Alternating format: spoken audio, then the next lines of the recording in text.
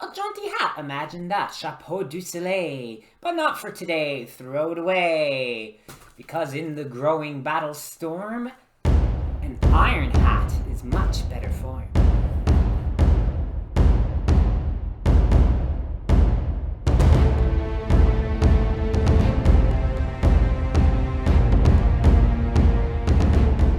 Hello everyone, Lauren back with you, and today, Chapelle de Feu, Eisenhut, the iron hat, that's right, it's my Kettle Helm.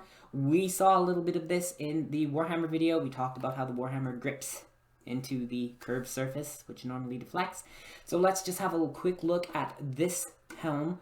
Won't be a long video, but we want to see a little bit about this because it is a helm style that goes from the late 12th century through, you see design elements of this into the 16th century. And then design elements of this do make a comeback into the 20th century, but we'll talk about that more towards the end of the video. To start with, let's look at this. This is an earlier version, 13th century, made of several pieces. So feeling around inside this is two halves, 1, 2, welded together in the center. And then of course it has these reinforcing steel bands riveted on to make it extra strong. And then the brim of the helm, which is what makes this so distinctive, is its own piece. And so that's also welded and riveted on, and everything held together. Really good though, because the advantage of this and why we can see over, I don't know, over 400-year period that this design feature being used is the brim. Now eventually this will be a helm that is forged out of a single piece. It's what they call dishing and planishing. Probably planished. You have a sphere and you hammer the shape out. It'll get a little bit taller and pointier. It'll help deflect those more. But look at this. If we buckle this up a little bit, get it tight on the head. It's going to sit a little crooked on my head because my head is a little bit of a strange shape. That's fine. You know, there. So things are hitting, they're glancing off, and especially if you're besieging a castle or even doing work, you can see how this really offers protection. If someone is swinging and they're doing those overhead cuts, they've got a lot of helm to deal with. But at the same time, I can see really well. I've got most of my peripheral vision works well. I can only see a little bit of the brim. I can breathe really well. I don't have anything black in my head. I can hear really well. Nothing is holding back my hearing. I can see, I can hear, I can breathe, I can function, and I'm still relatively safe. So you see this in a lot of soldiers, but even knights might be wearing a helm like this. You could have an padded arming cap underneath. You could have a chainmail coif. You could have a mail standard. You could have a gorget. So we see this throughout different evolutions of armor, from mail up into plate. People still wearing this design, you know, and the construction method changes and you don't need these reinforcing bands anymore as you start getting them made out of a single piece. Metallurgy improves, iron gives way to mild steel.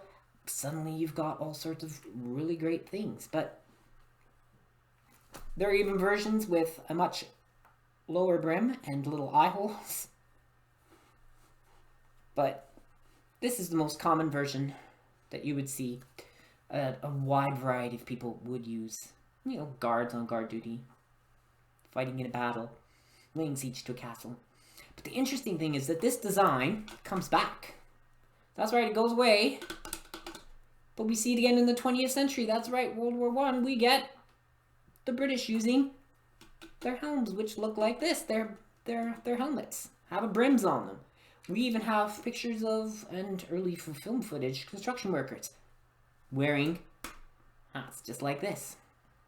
And there are still some designs of modern construction helmet, even though they're made out of high-impact plastic, they still have a bit of a brim on them. So there are various designs, and this design element obviously is excellent because we see that it returns in the 20th century. It's going to really help protect you.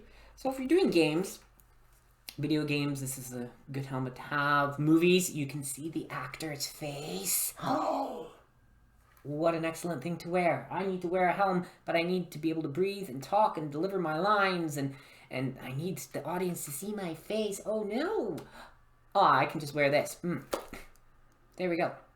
Wouldn't that be perfect? So you can still wear a helm and be historically accurate, protected, and look good while doing it. So that's just a really brief look, a small video on a cold day here of my brand new Kettle Helm. And of course, just because it's called a Kettle Helm, because it's eventually shaped like a kettle and made out of a single piece, do not use it as a kettle. It does have that leather liner. Remember we talked about that in our helm video, that this is to help it float on top of your head a little bit, give you a little bit of cushioning, give that little bit of airspace. Now this dome isn't as high as other Kettle Helms, but there are some with fancier shapes. They almost twist, but you can think of that deflection, that little bit of a bubble. It's sitting on your head. It's keeping you really safe. Those impacts are striking you, but the impact is spreading through the helm and not directly into your skull. So the Kettle Helm. I just wanted to share it with you today. A quick video. I hope that all of you are staying warm, and I'd like to thank you very much for watching. Remember to like, subscribe, hit the notification bell. I mean, I'm trying to do Tuesdays and Fridays for videos, but that may change. Weather and life, things get in the way, so notification really helps you. And that's all we have to say about the kettle hat today. I hope everything is A-okay.